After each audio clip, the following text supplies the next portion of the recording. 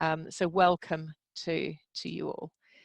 So the purpose of just to frame our discussion today, we're thinking about exploring the potential of multi-stakeholder networks to address complex systemic issues, sharing our initial research on network challenges and opportunities, and examples of how a networks approach can amplify impact. And then we really want to hear your perspectives. So we'll be breaking out into small groups as we work through to really engage you in this conversation.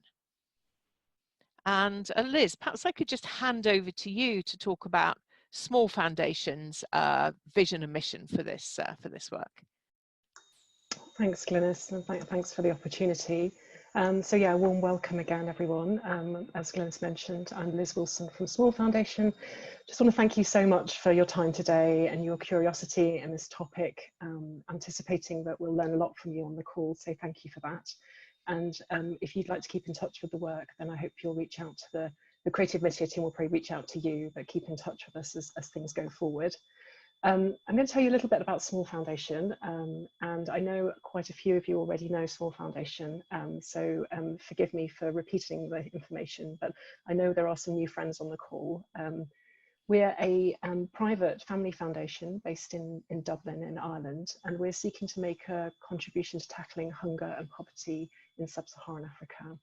And the way we've decided to do that, the mission that kind of guides us, is to catalyse income generating opportunities for those poor rural people in sub-Saharan Africa that we'd like to benefit through our work. And we do this through supporting rural impacting micro, small and medium-sized enterprises. We believe those enterprises will create those income generating opportunities. So our particular focus is the intermediaries that will work with those businesses. So we don't tend to support the businesses directly, and we look at intermediaries that might provide finance or technical assistance or even the skilled human resources to those micro, small and medium-sized enterprises. In fact, a large part of our work is collaboration through investment. So we're looking to invest in intermediaries that we would see as commercially viable or having the potential to be commercially viable. And that's really our North Star and the majority of what we do. Through that experience and really from what we've seen and also talking to our partners, we've also recognized that these entities, these businesses are often operating in extremely challenging business ecosystems. So they're very fragmented, they're very disconnected, as you would all recognise, and often dysfunctional for a whole variety of reasons, really. So sort of building on that experience, that sort of leads us to the work that we're going to be talking about today, and the dialogue we'd hope to have with all of you.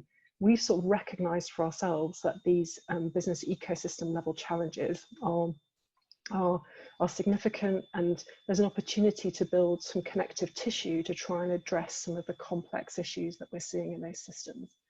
To date, we've got a number of partners working in this space, so many of you will know them already and recognise them. It's people like the Aspen Network of Development Entrepreneurs, where we've been a member but also supported them financially, the Agribusiness Market Ecosystem Alliance, EMEA, the Collaborative for Frontier Finance, the Council for Smallholder Agricultural Finance, and another one would be the Smallholder Agri SME Finance and Investment Network, SAFIN. So these are all networks, collaborative networks, collaborative entities, where different stakeholders coming with different perspectives are coming together to try and move the needle on a systemic issue. By and large, that experience has been really positive for us, and we want to learn a lot more. So in 2018, we started to work much more intentionally on this network piece and trying to improve our own work as a funder. And we did this by partnering with Creative Métier, who are obviously leading the call today, and the Converge team, Zach and Nick and Carrie, who I hope you'll hear from today as well in greater detail. And they've been really guiding us, these two entities, working collaboratively and with us to think about how we can better understand the needs of our network partners, how we can really explore the needs of African-led entities that we're seeing in the ecosystem. And we're going to hear a lot more from Wangeshi from Invest in Africa today, is one of the entities that we've been learning with. and also sort of how we, as a funder, can deepen the support that we provide. And we are a very small foundation. We're small in name and we're small in terms of the capital we deploy, relatively speaking. And so we're really looking for those highly leveraged ways to work with these different partners. Our hypothesis, and we'll discuss this more today, is really that networks can be a really powerful mechanism to tackle those complex issues where the solutions are not clear. So we're going to need some emergent outcomes that hopefully we'll talk about more together as well. And we really believe that bringing aligned stakeholders together who might actually be from very different backgrounds could be a pathway to affecting systemic change. We're still on a very long journey. We're still learning a lot about this space, and it's an exploration for us. So we'd love to both share what we're learning and also kind of learn from you today, and also after this call if you'd like to stay in touch. So thanks very much, and I'll pass you back to you, to Glynis. We've all been part of networks, social networks, learning networks, and what we would call strategic networks. So perhaps I can hand over to you, Zach, to talk about more about a networks approach.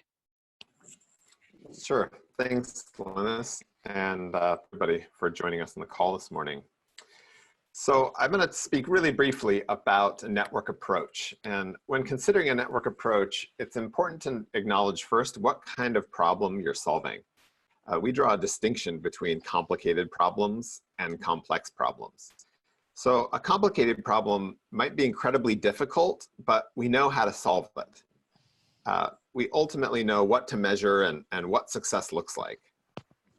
Now, a complex problem are a little bit different. And what you're looking at here, it's called a systems map, and many of you are likely familiar with this method of understanding a system. And don't worry, you're not supposed to be able to read the words. It's really to illustrate and give you a sense of what complex problems look like. They are difficult to design and have multiple root causes. They involve lots of different systems and different stakeholders across all sorts of different varieties of experience and action. And there aren't any really obvious solutions or measures of success necessarily. And these problems are also constantly evolving. So many people have probably heard the term wicked problems. And that's where networks can be really helpful, because these problems can't be solved by any single government or company or philanthropy or programmatic effort. You don't really solve complex problems. You engage with them and try to move the system over time. And so the next slide helps to illustrate this concept of how do you over time start to align different parts of the system. And networks are one way to facilitate connections across the system that increase the coherence among so that organizations can collaborate more deeply and more effectively.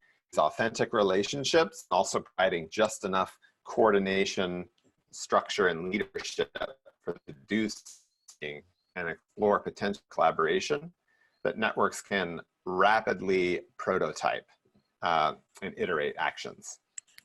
So this leads to another important distinction about networks versus organizations, which is the concept of emergence. For most organizations, strategic planning and roadmaps are what guide actions. But in networks, we often use the adage, cross the river by feeling for stones, meaning that things happen, networks members want them to happen, and they're able to address things together that they could never do alone. By embracing this emergent approach and focusing first on relationships and shared understanding and a learn by doing approach, networks are able to achieve outcomes and planned or prescribed beforehand. They become possible as participants gain a deeper sense of what's happening and how they can contribute. And in the networks we've worked with, we've seen a pattern where members undertake small-scale collaborations and work they're already doing and build relationships and collaborations over time. And most importantly, they get immediate value from participating as they start to help each other on work they're already doing. And over time, as illustrated in this graphic, participants in networks can find more and more ways to support each other which generates more value and creates greater commitment towards more and larger actions to make progress on their purpose and gain more alignment in the system. So when formed deliberately, networks combine the structure and focus of an organization with the vibrancy and trust of a community. And that strengthens connections, accelerates learning, and sparks collaborative action. So that's a very high overview of the logic behind the network approach. Happy to answer more questions about that later on. And right now, I will turn it back over to Glynis to talk about their specific research. Great, thanks, Zach. So we sent out a pre-call briefing note to give you just some background and some insight into the breadth and depth of the potential impact of the networks that we've been working with in this research project. And we're partway through that. So we've worked with 6 networks to date in depth, and are going to be working with AWAN and Innovation Village, hopefully shortly, albeit remotely rather than face-to-face, given the current circumstances. So fundamental to our research is the hypothesis that organizations addressing complex issues can achieve greater impact through a networks approach. So these 8 rural impacting research participants are diverse. They're diverse in their audience, they're diverse in their sectoral focus, their geographic footprint, the level of the markets that they serve, and the way in which they engage with technology. They're diverse in the sense of the length of time that they've been operating, and in the extent to which they had already adopted elements of a networks approach prior to the start of the research.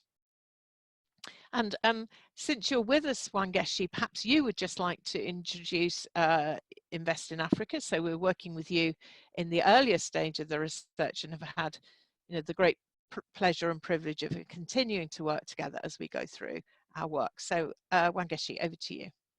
All right, thank you, and hello everybody. So Invest in Africa is a private sector partnership initiative that is Pan-African focused. We have a presence in 7 countries in Africa, and we are working to generate sustainable impact and development by focusing on the development of small and growing businesses. So we partner with private sector organizations, and we've created this huge network of close to 2,600 organizations. A large constituent of that is the small and growing businesses. And we focus on the mission of improving trade between the multinationals and large local organizations with the small and growing businesses. And the way in which we work is to enable them to work together by addressing the most pressing challenges, and that is by enhancing the skills of the small and growing businesses, improving access to markets and access to skills. We deliver our work on an online technology platform, which we leverage, and we use it to enhance the connections. And so in a large sense, we try to connect large organizations to viable or to valid or credible local small and growing businesses for procurement opportunities. So our partners will use our platform to advertise procurement opportunities for which our community of over 2,400 SGBs can be able to respond to. So that is the long and short of who we are. We focus mainly on 2 sectors, that is infrastructure development, where we work across mining, oil and gas, construction, renewable energy, and food and agriculture. And we embed youth and women across all our work on gender inclusion. Thank you. Wonderful, thank you, Wangeshi, and I'm so glad you're able to join us. So let's just think through some of the research that we've been doing in this process as a way of looking more deeply at the value of a networks approach. And Wangeshi, you and I are going to be in conversation through this next section. So The way we worked with the network participants, the research participants, was to facilitate a 2-day workshop, either with the board or with the senior leadership. And we framed our research by drawing on Converge's framework, which you've called the 5 C's, which we'll look at in some depth, for effective networks development. And I'd like to share this approach with you as we go. And obviously, Wangeshi, you will be walking us through your journey as well. So first of all, the first C is clarifying purpose. And our research participants have a clear purpose themselves, a clear social commitment and a commitment to social impact. And those purposes were aligned with Small Foundation's own mission and goal as part of the selection criteria for the research. And our second C is convening people. And here you will see a very elegant and sophisticated stakeholder map, which was part of the very first work we did with participating networks to map out the ecosystem and the stakeholders with whom they relate and within which they operate. And we facilitated participating networks to create this map. It's starting in the beginning with the research participant at the center, and we then invited participants to move themselves to the side and look at this this ecosystem map that they'd developed in relation to their own purpose, and seeing the potential of collaboration across this diverse range of stakeholders that they'd spent a great deal of time cultivating and building relationships with, to actually deliver effectively on that shared purpose. So Wangeshi, perhaps you could just talk to us and explain how, what happened with your team when we took that step of putting the mission at the center.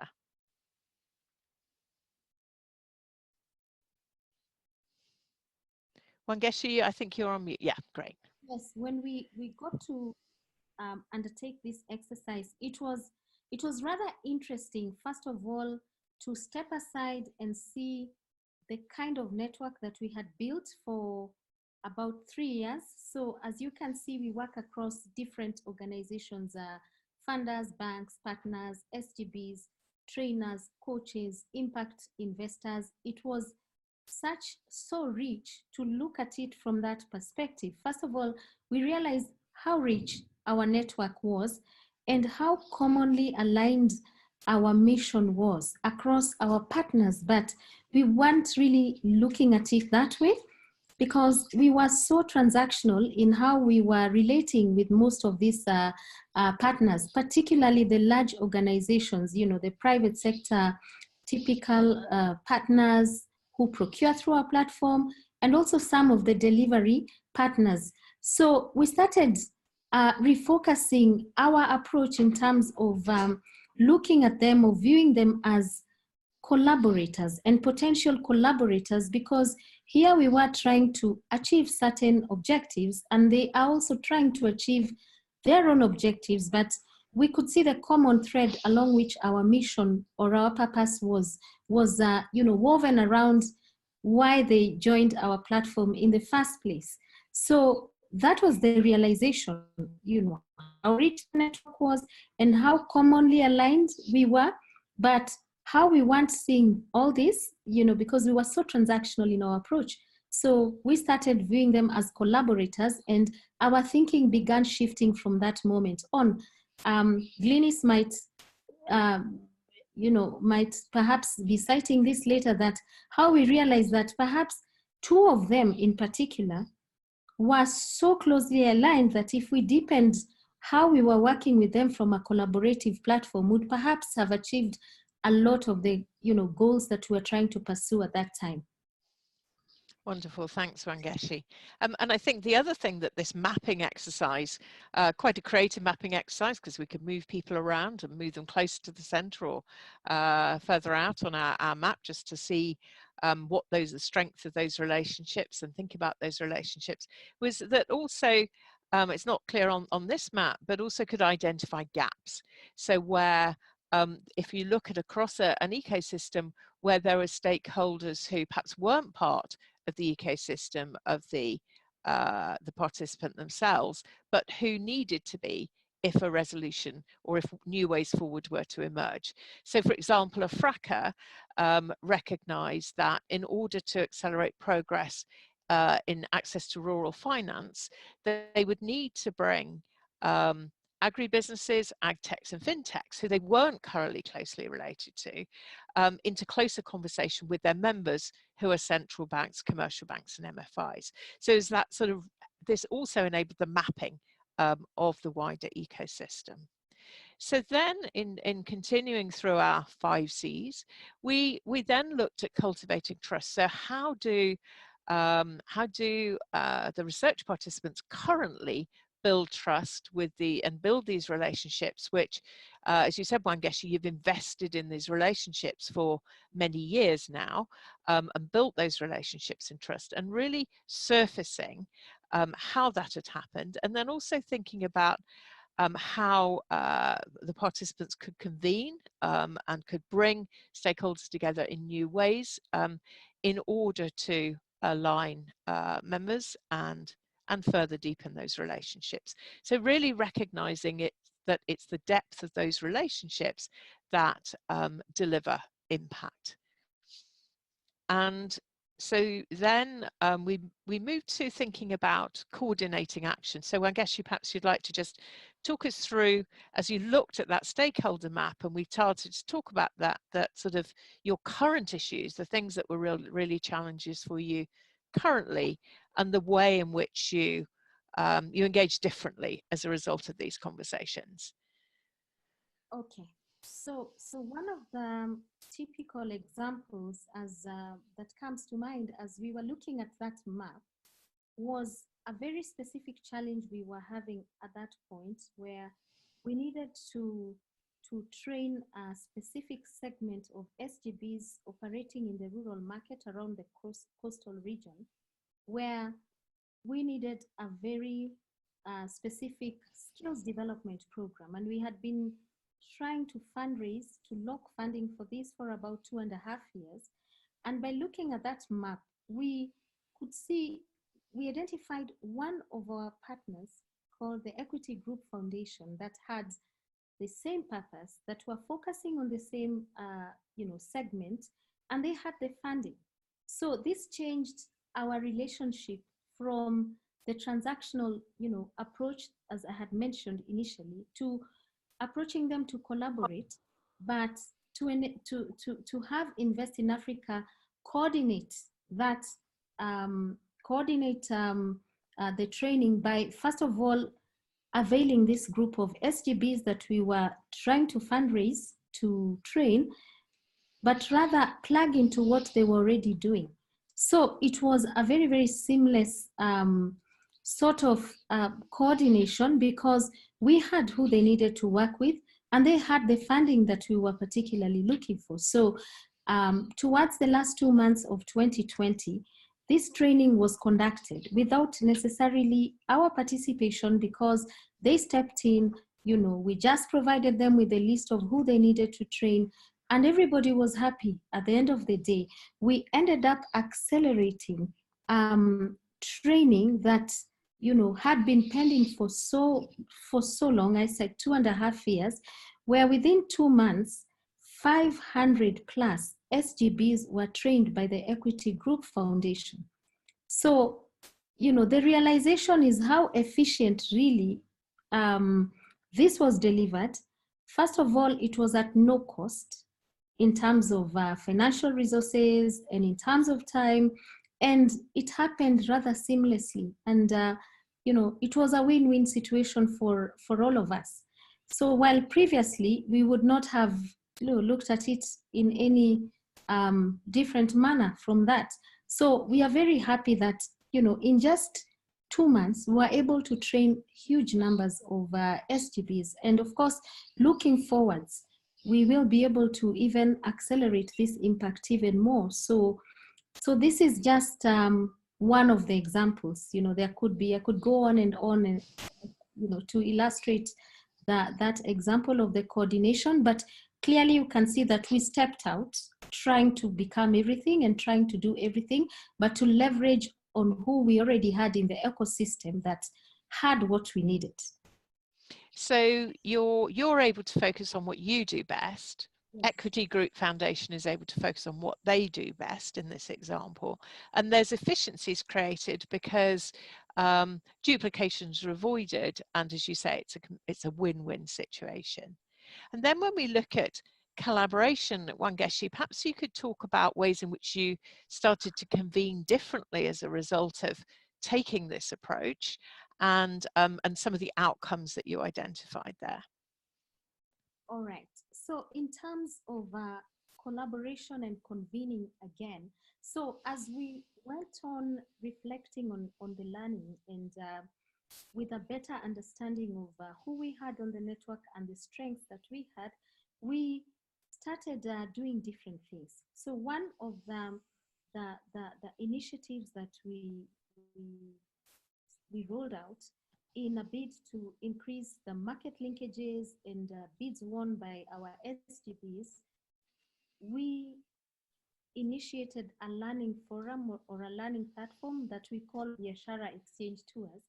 And this was a forum to enable learning, or to enable the SGBs to understand how to procure efficiently from other larger SGBs and from other organizations that were within the network. Because previously we were focusing on connecting SGBs to the large organizations or multinationals within our network. But we realized that the numbers were growing, and at no time will you find more opportunities than the demand for opportunities or the appetite to do business we had for these SMEs. So we started looking at who is in the platform, or which are the other SGBs that could potentially offer opportunities to whoever is there. So we created this forum to be a learning forum, so a tour where businesses can visit the larger organizations to learn. But upon facilitating one of those tours to a large local construction company called MECO, we realized, we were actually surprised to find from the feedback that 2 business deals worth over $100,000 had actually been facilitated in one of those tours, contrary to what we were expecting. So what we had planned to be a learning tour ended up to be a platform for collaboration and for linkages. And we were really, you know, it was like a bulb lighting in the dark, because some of the challenges that we had, we realized by just convening the right organizations and allowing them to collaborate and stepping back, there is a lot more potential that could be realized. And this is still one of the examples, as I said, because later on there was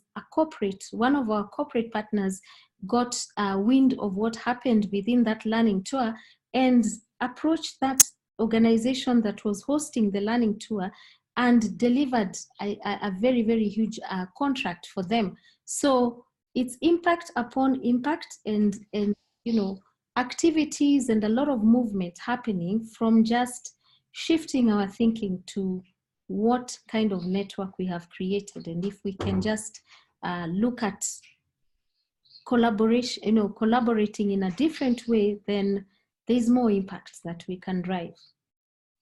And I think, Wangeshi, you were also, when we were talking earlier, you're giving me an example of one of the financial institutions that you've been working with, and the way in which that relationship has transformed by taking this approach of thinking about the depth of relationships and the potential for collaboration rather than competition. I just wondered if you wanted to add anything about that also.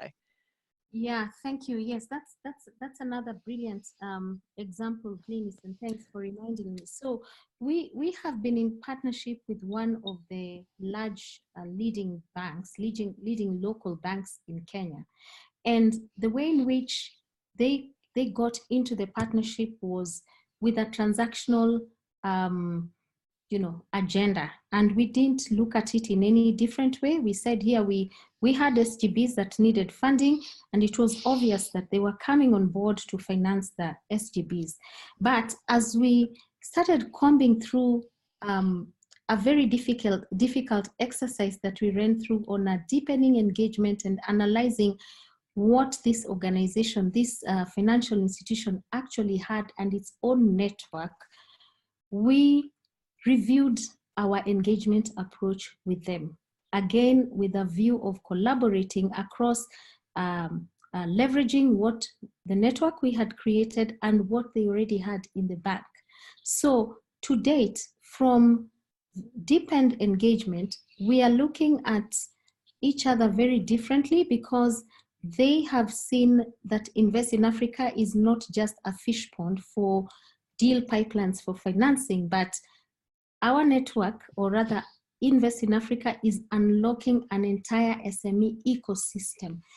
We realized that we were so aligned on themes like agriculture. Here they are trying to finance and to build capacity for agriculture. So our engagement is so deepened to the extent that the financing component is just a tip of the iceberg.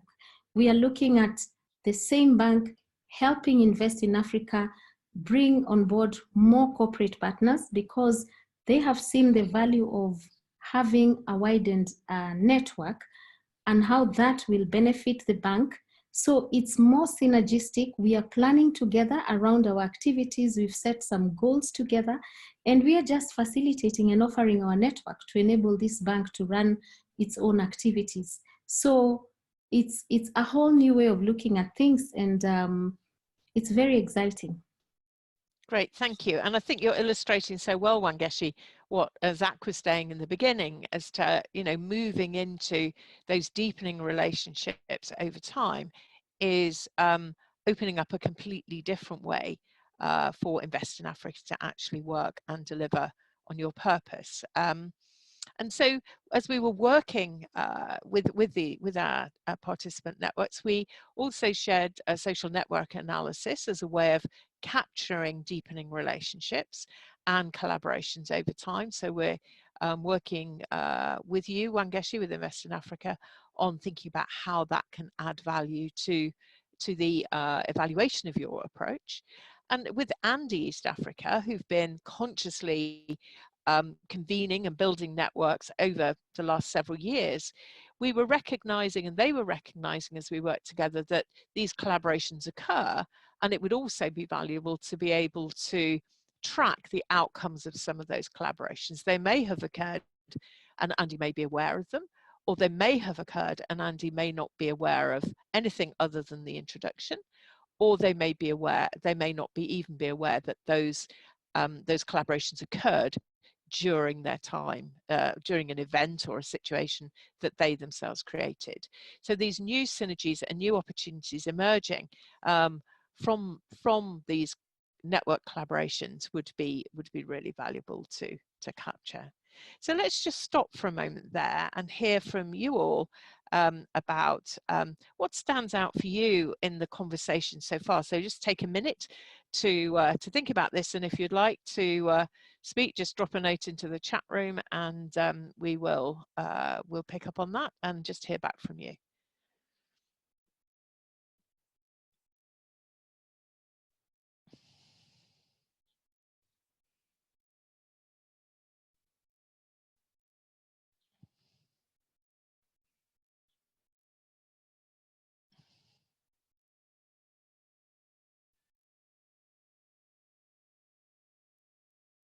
Glynis, I see that Carrie's been very helpfully capturing some of the points emerging, and I wondered, Carrie, if you had any broader reflections that you'd want to highlight from your own experience from Converge's vantage point. I was just trying to give folks on the call another way to engage in what's happening. So I've been sharing, and I feel like it's really helpful to just try and crystallize as I'm listening. So I hope it's helpful to others as well. Great. Okay, great. We have a couple of points in the chat here. So Raji, we have you said that lots of the discussion resonated with you. It'd be great to hear a little bit more about that. Sure, thank you. I'll keep it brief. I mean, we obviously don't use the same terminology, but lots of what you spoke today is very similar to what you do. So We work largely with sectors. The whole idea of working with sectors, to understand sectors as a whole system, we take a very systemic approach. And in devising a solution for, you know, the multitude of problems that we see, the starting point for us is always to understand the underlying causes for a number of the constraints that we see. So the constraints are just symptoms, but there are underlying causes. So understand the causes, go through a detailed stakeholder analysis of the sector, who the actors involved, their power plays, and who's responsible for what incentives actually drive their behavior. And it's very much rooted in the whole behavioral economics of understanding what drives people. And any solution that we try and put together is very much aligned to the incentives of all the parties involved in it. So a solution has to be win-win for everyone involved. And a big part of that is to understand those incentives. So that's really, really at the heart of the approach that we take. And, you know, also, you know, lots of the other things that you mentioned about how it crowds. So we start maybe with one player, we pilot a model, and the whole idea is that with the results of that, we can demonstrate that success to everybody around. Our role is quite facilitative. We don't really give away anything other than just our time and technical support. And it's to really help people change their behavior or change what they do through understanding value.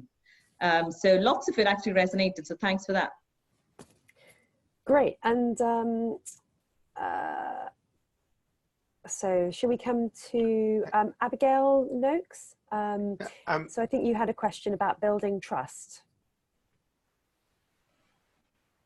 Yeah, no, I similarly, the 5 sort of principles or the 5 C's really resonated with the way that we think about network building as well, albeit in quite a different context. But one of the things I think we have not thought about as much is that trust piece and that cultivating of relationships. And we'd love to just hear more about different approaches from other participants and from yourselves on that. So Wangeshi, would you like to come in on that and just talk about how you built trust, how you did this? So again, this is really pegged on the principle of aligning on the common mission.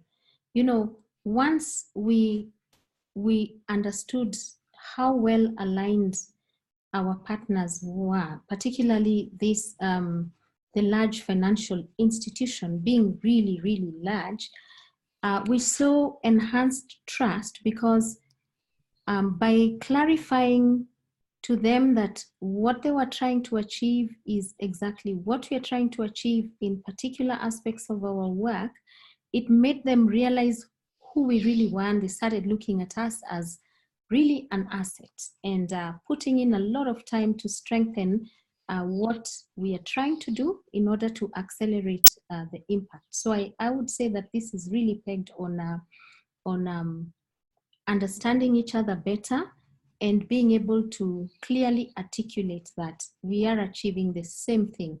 So then we stop thinking competitively, but to collaborate to achieve the same objectives.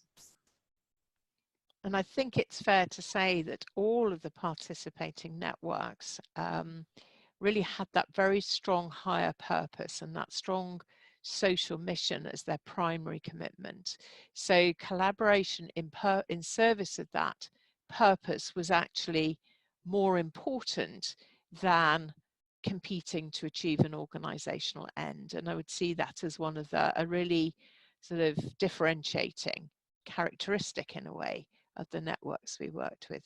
Jessica, do you want to pick up any more of the comments from the chat? I see there's quite a few coming Yeah, through. so Zach, you wanted to just chime in on trust, and then shall we go to Megan Campbell next after Zach? Sure. And I just want to respond to several of the questions that I saw that were along the lines of how do you actually build trust? And what we've seen of why it's so important is really people collaborate on relationships, not on issues. So even if you have everybody in the same room that says, yes, we all agree this should happen, it's really important to build authentic relationships. And the way we do that is by drawing the distinction between our context and our inner.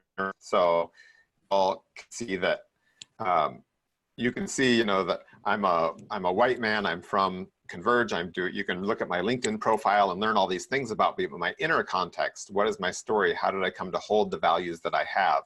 These are the kind of things that really allow people to form bonds, to understand how they're collaborating, and really what is at the heart of your values and your worldview. And those are the things that allow the deeper trust and connection, that allow a deeper collaboration. Thank you, Zach. Thank you. Okay, great. So Megan. Yeah, well, actually, Ongeshi and Zach's comments spoke to my question quite a bit, which was how, you know, I think we have seen, so Feedback Labs has a global network, and we've seen, especially in early days, that it could feel a little transactional or a little surface level. And so my question was about, you know, how do we build those more authentic relationships? And I think that both clarifying purpose and building trust are really key points that have just been made.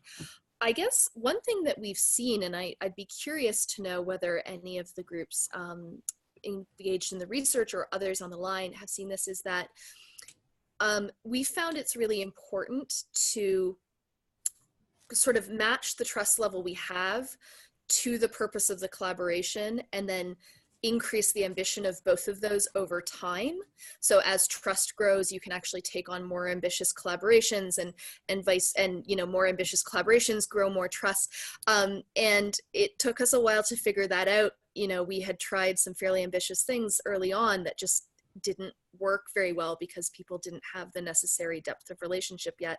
And I'm curious, Glynis or others, whether that's something that you've seen across networks. Well, yes, certainly. And so for us, that building of trust comes from listening, actually being present to another person's reality and their world, and then sharing that, as Zach said, those common values and that common purpose, or aligning around a common purpose. And so absolutely, as that trust builds, then more and more can be achieved and more depth can be achieved. And I think what we were doing through this work, through this research work, as we engaged with our participants, we called it research. Actually, we were running a 2-day workshop together, which was highly collaborative, enabled people to really think about the depth of those relationships and how they could build on those. So it's that shift from seeing the transactions to the depth of relationship being the work, if you like. And perhaps that enables us to move on. I realize there's a good lively chat going on here. So what we will do is bring in, we'll go through the chat at the end of the session when we've finished, and we'll collect any points that haven't been brought up or any questions that arise and cover those when we send the notes out also. But let's just move on perhaps to some of the challenges that we identified. So the networks that we worked with were different from each other. They all had rural impact, but they had very different approaches, different times in the work that we're doing, and so on, as we said earlier. So they're a diverse group, and yet when we looked across those networks, they had very similar challenges. So the first one relates exactly to what we've been saying, which is recognizing and articulating the value of invisible work. So the research participants initiate and build relationships, they create linkages, they support and collaborate across their members and stakeholders, they build value chains, and they represent their members in key fora. And so consensus building and creating a context within which new solutions can emerge is at the core of their work. And this is absolutely the stuff of what networks do, but it was often invisible and sort of taken for granted by participants. It was the transactional stuff that was seen as the real work, whereas what a network's approach is suggesting is it's this relationship building that is the real work. And so, for example, the Uganda Agribusiness Alliance, which works in the building of value chains across Uganda, describe the way in which they research the potential actors in a value chain. They may have diverse or conflicting interests. They build one-to-one relationships initially with those actors. They bring together aligned actors, and then ultimately they bring together conflicting actors. And then only at that point, when there is a value chain, do they seek funding. So they may have done a year or two's patient building work with no resource behind that. And Raji, I think this speaks very much to what you're doing in Gatsby. It's that same patient building and understanding of an ecosystem, and then the building of relationships within it that they're engaged in, but they hadn't recognized the value of that work, and therefore they almost hadn't articulated that also to funders until the point at which it's a thing, and only at that point did they seek resource and funding, as we said. So I'd just like to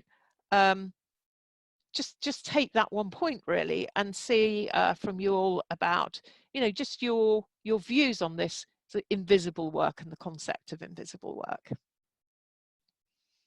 Would anyone like to step in?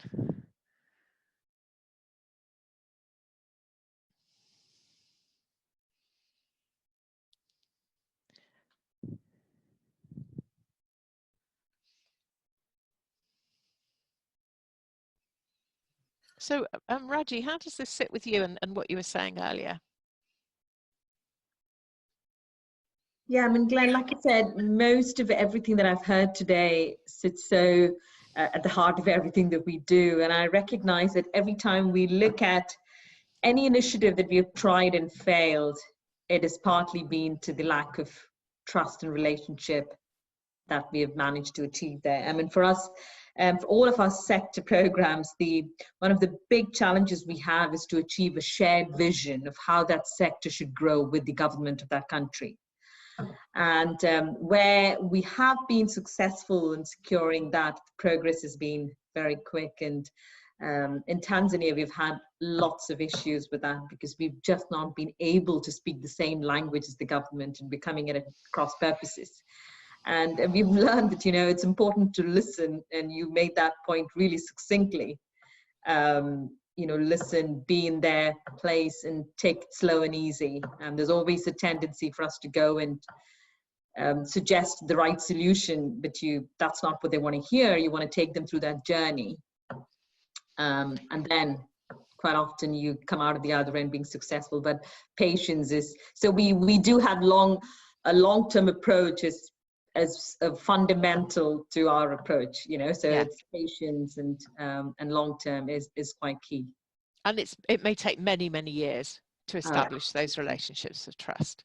Well, this is absolutely, yeah. And I know you recognize yeah, and that. lots of development programs do have that challenge because they've got short-term targets to meet. And so at Gatsby, we take a very long-term perspective. I mean, all our programs, we're talking about 20, 25 years, and we're saying it's impossible to even be pretentious and think that we can achieve the ambition that we're after in anything less than that. So yeah, we try. Wonderful, thank you. And great to hear that long-term perspective, and I think that will lead into the next stage. Let me just run through the next step, if you like, in these shared challenges, and then we can stop and discuss again in a moment. So really the next challenge then was in not articulate or not seeing the value of this trust building work and the work of building deep relationships. Then the networks found it difficult to articulate their value proposition to their different stakeholders. And what this process did was enable them to do that more clearly, both because they were recognizing their purpose at the center, recognizing what the value that they're adding, and also the value that they don't need to add because somebody else can do that. And so that was a very important outcome and then the differentiation between meeting member needs versus ecosystem development in relation to members' interests. Let's just look at one more challenge. There are 4. We'll look at the third one because I think this speaks exactly to what you were saying, Raji, which is that balance between, in terms of financial sustainability, the balance between project funding, so versus core funding. And participating networks were often taking project funding, short-term funding, to enable them to pursue their wider mission, rather than having visibility of the funder environment and visibility of funders who may actually be willing to look at core funding.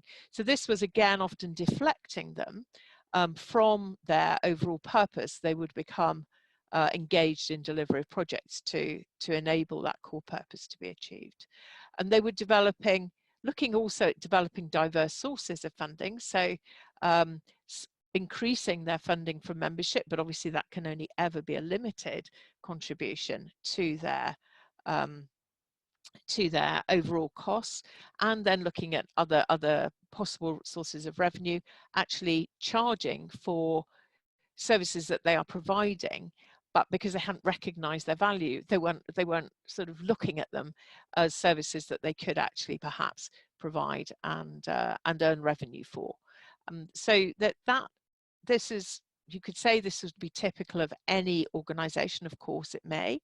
For these networks, there's a specific challenge because they're wanting to stay lean, wanting to stay agile, and at the same time need to maintain that viability in order to achieve their purpose. So again, let's stop there.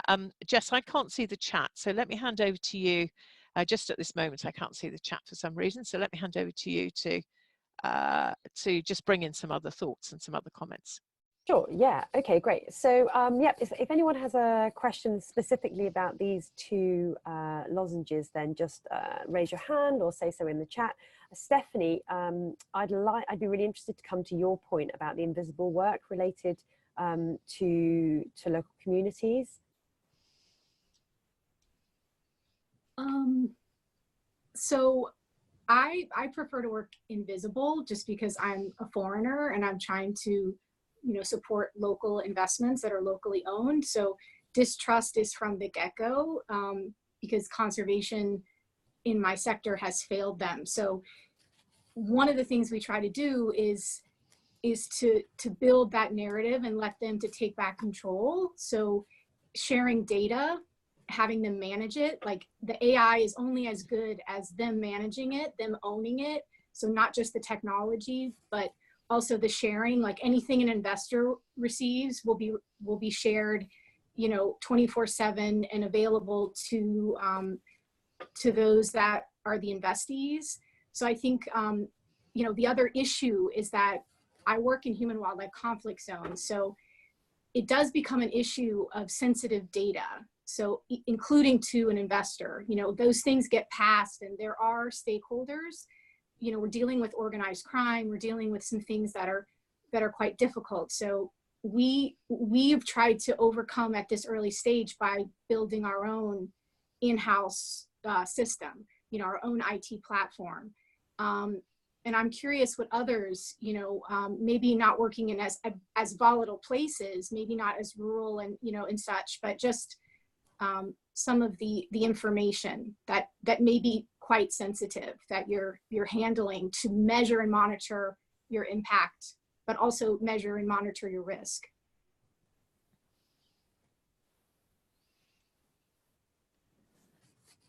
And does anyone have any? So for me, I think that tip's really interesting into trust building, to information flows, and also to member-led activity within networks. And I wonder whether either Glynis, you want to talk to the research in relation to the research around that, or whether somebody from the Converge team might like to tip in around those themes.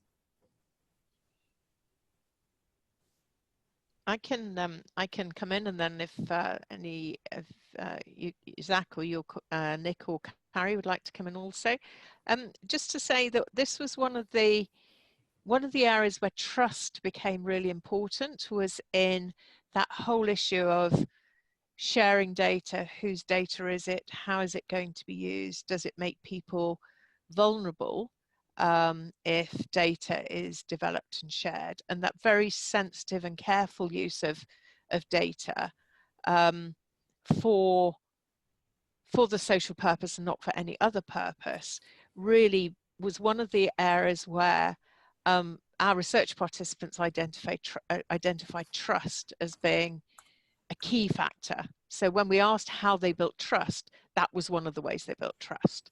And I'm not sure I'm really sort of building on your point. Zach, do you want to, or Nick or Carrie, would you like to come in on this? Or should we, or a participant, has anyone else got any? Megan, you said you had a particular kind of take on Stephanie's challenge.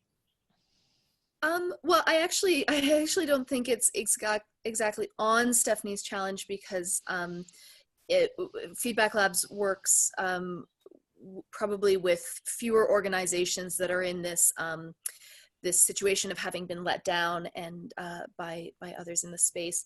But I just, you know, in our experience, what we've learned is that we were keeping the invisible work invisible from our network members, and so they didn't really understand what we offered to them at any deep level, and that's been important. But I think where it is also what we've learned, it's been important to stay really invisible when recognition for achievements of the network are given out. And so, you know, I will talk all the time to members of our network about, like, this is what I think Feedback Labs can do to support your work and support collaboration. But when there's a big event or there's, you know, there's funding on the line, we are very, very happy to be completely in the background and have the network members who have collaborated be the ones to take that recognition. And I think we've heard from network members over the years that because we allow them to take the credit for things, they actually trust us to take on more and more sensitive projects. Thank you. That's really helpful. Just one quick addition here. Thank you so much. And Megan, I could reiterate everything you just said, and Stephanie, same. And I would like to just make a slight acknowledgement here that I think we're hearing two things here. And I think that there's the matter of invisible work, and there's the matter of transparency and access and availability and openness to the information and data that's coming out of the network and the network's work itself. And absolutely, that is going to be rooted in trust to ensure that we are sharing what needs to be shared and keeping confidential what needs to be confidential. To the invisible work piece, I think a secondary way of looking at that is that it's increasingly and often we hear funders and others saying, I don't understand why we're giving money if we don't know what the outcomes are going to be. And if we can say that a part of the invisible work that we need to have funded is in fact the development of these relationships, so that the work happens, I think that would be one of my primary takeaways from the invisible work. It's the work that's happening to cultivate relationship and trust within the network to get work done that is so invisible, and as the comments say here, is so critical. That's all I want to say. Thanks, Nick. Could I just add to that? This is Sarah Adamaka. Hi. Hi, I'm an advisor with Invest in Africa, but I also work with a startup that's just a year old, MarketWorks Global, and we work across the US, Africa, and Latin America and the Caribbean. Basically, I agree with everything that's been said. It's very, especially with regards to the last point and the intersect between invisible work, trust, and relationship building. I think that often in what we've seen, we're right now looking at an ecosystem in the US actually that's focused on bringing economic development to opportunities zones and the most underserved populations in Florida. In looking at that, one of the key factors we've looked at in invisible work are the actual personalities of the leaders in bringing things like data awareness, data sharing, and how it fosters trust between the different partners, and how it also mobilizes other partners to get involved with that openness and sharing of data. But also with having a leader who's able to also translate the importance of the need for every partner to kind of understand their data and share it openly. That's been a real hidden work of the leader, who on a day-to-day basis rarely writes a word down on paper, but just addresses things like trust and relationship building. And even when you link it back to the 5 C's that you presented at the beginning, Glenys, it's those aspects are key to even the outcomes we get in those 5 areas. And I think we're finding that the most important thing here is to actually look and identify more closely what that hidden work is and how it contributes to the achievement and the sustainability of those areas, the 5 C's that we've been discussing today. Great, thank you. Thanks, Sarah. So I'd like to give us all the opportunity to discuss together. So let me just go quickly into this last area, which I suspect will be just as much interest as everything else we've been talking about, and then we can go into breakout groups. So our research participants are working with small core teams. Mostly they had between 5, 10, some of them may have had 20 or 30 staff, but they're not big organizations. They had a very impressive outreach given the size of those core teams. And so taking this approach, and you can see from those examples that you gave earlier, Wangeshi, that the role of that core team is as a catalyst for member engagement and member collaboration, and then things happen. So having those small core teams and working with those agile teams is really part of the functioning or the effective functioning of those networks. They were working together in a way that enabled them to leverage, enabled them to work in a very entrepreneurial way. They had to be lean, they had to be fleet of foot as they worked.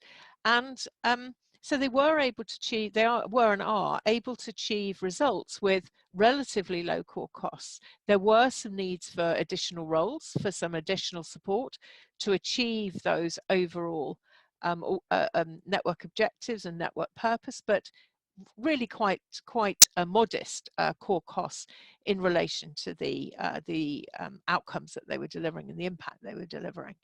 And on the other side of that, though, the shifting from a project or outcome funded approach to a network approach did have potential to create a short-term core funding gap while they realigned. So as they realigned and perhaps didn't pursue some of that project funding that would have kept them going under their earlier ways of working, and then started to seek more core funding and also to look for other sources of revenue, such as increasing membership fees to make a contribution at least to part of their costs and also to delivering other services to members, then there was a period of readjustment and realignment that really does need funding to enable them to step fully into their new ways of working.